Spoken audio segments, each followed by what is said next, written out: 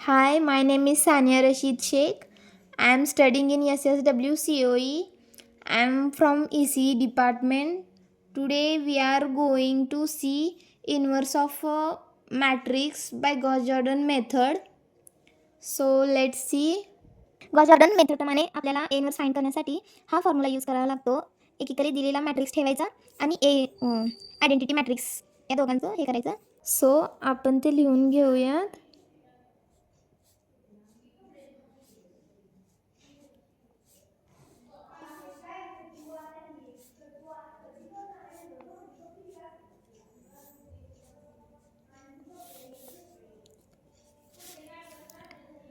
So या ठिकाणी आपल्याला 1 आणायचे असते कारण आपल्याला बाकीचे कॅल्क्युलेशन करताना इझी जातं.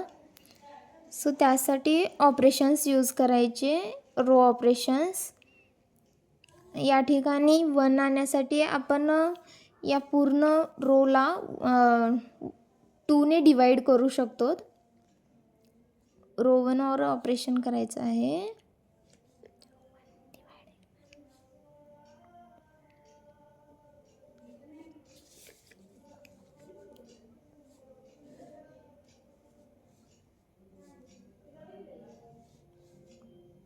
बाकीचे 2 रोज आहे तसे लिहून काढायचे.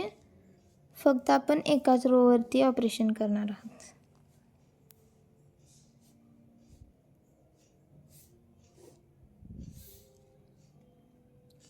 2 डिवायडेड बाय 2 1 येते.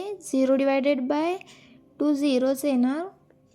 -1 डिवायडेड बाय 2 -1 डिवायडेड बाय 2च येणार. 1 डिवायडेड बाय 2च येणार इथे पण, इथे 0 0च येणार. नेक्स्ट. सो आपल्याला आता या 5च्याच ठिकाणी 0 आणायचे आहे कारण इथे 1 आल्यानंतर त्याच्या खालचे डायगोनल एलिमेंट्स जे असतात त्याला 0 0 करायचे असते, म्हणून आपण इथे पण ऑपरेशन यूज करायचं आहे, रो ऑपरेशन. सो याच्यामधून आपण जर 5 टाईम रो 1 सबस्ट्रॅक्ट केलं तर इथे 0 येऊ शकतं, म्हणून रो 2वर ऑपरेशन करायचं. Row 2 minus 5 row 1. So 1 0. So row 1 आणि रो 3 आहे तसेच लिहून काढायचे, त्याच्यामध्ये काही चेंजेस होणार नाहीत.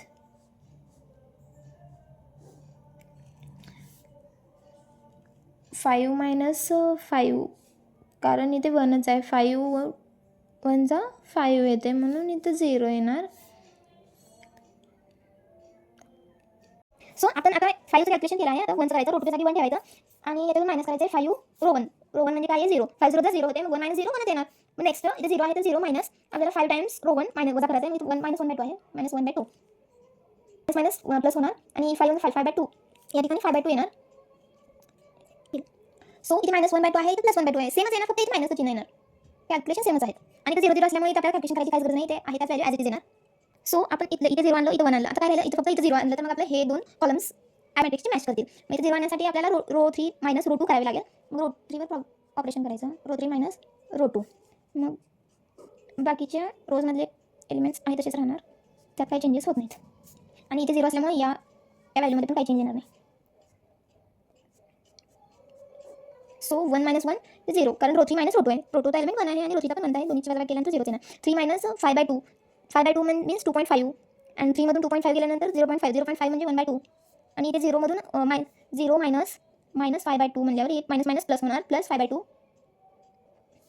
अँड 0 - 1 मीन्स -1 अँड 1 मायनस 0 म्हणजे 1च येणार कारण 0ची तर काही व्हॅल्यूच नसते. सो आता आपल्याला या ठिकाणी 0 आणायचं आहे. या ठिकाणी 0 आणण्यासाठी हे मायनसचं एलिमेंट आहे, -1/2. त्यामध्ये जर आपण +1/2 जर ॲड केलं तर मग हे दोन्ही व्हॅल्यू कटून जातील. म्हणून इथे 0 आणण्यासाठी आपण रो 3चा उपयोग करायचा. रो 1वर ऑपरेशन करणार आहात आपण. Row 1 minus row 3.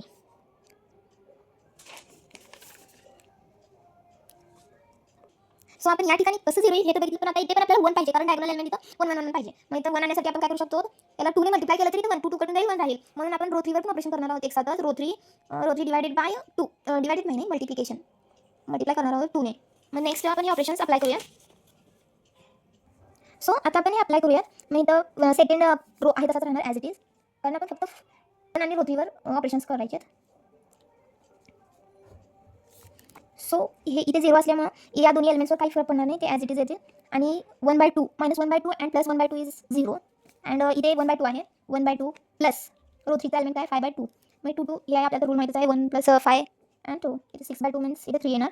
इथे 0 0 प्लस -1 म्हणजे इथे -1 येणार आणि इथे 1 येणार. नेक्स्ट आपण रो 3वरचे ऑपरेशन्स करणार आहोत. इथे या दोन्ही एलिमेंट्सवर काही फरक पडणार नाही, कारण दोन्ही मल्टिप्लाय केलं तर 2 0 चं 0 येणार. त्याला मल्टिप्लाय केलं तर 1 येणार. या ठिकाणी 2 कटून जाईल. इथे ओन्ली 5 येणार. या ठिकाणी दोन्ही मल्टिप्लाय केले तर -2 आणि इथे 2 येणार.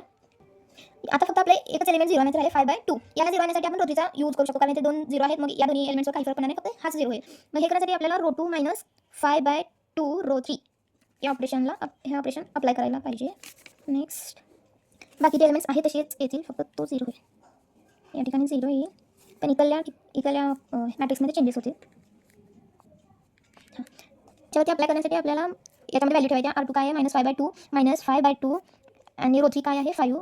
सो 5 5 25 भागिले 2 आणि ते -5/2 2 2 हे असल्यामुळे एकच येणार. -5 -25 -30 डिवायडेड बाय 2 -15 येणार या ठिकाणी. या ठिकाणी काय आहे 1 आहे. 1 -5/2 आणि रो 3मध्ये काय आहे -2.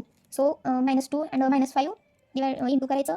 5 दुनी 10 1 + 10/2 10/2 5 येणार. 5 + 1 6 आणि या ठिकाणी 1 आहे तर 1 -5/2 इंटू 2 5 2 जा 10 10/2 5 5 - 1 या ठिकाणी 0 आहे. सॉरी हे 0 घेतले, हे 0 घेऊन हे -5/2 इंटू 2 5 2 जा 10 10/2 -5 या 0चा तर काय अर्थच नाही, म्हणून -5. सो आपला ए इन्व्हर्स आपल्याला मिळालेला आहे.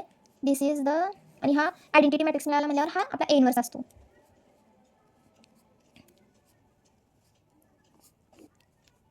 Thank you for watching this video.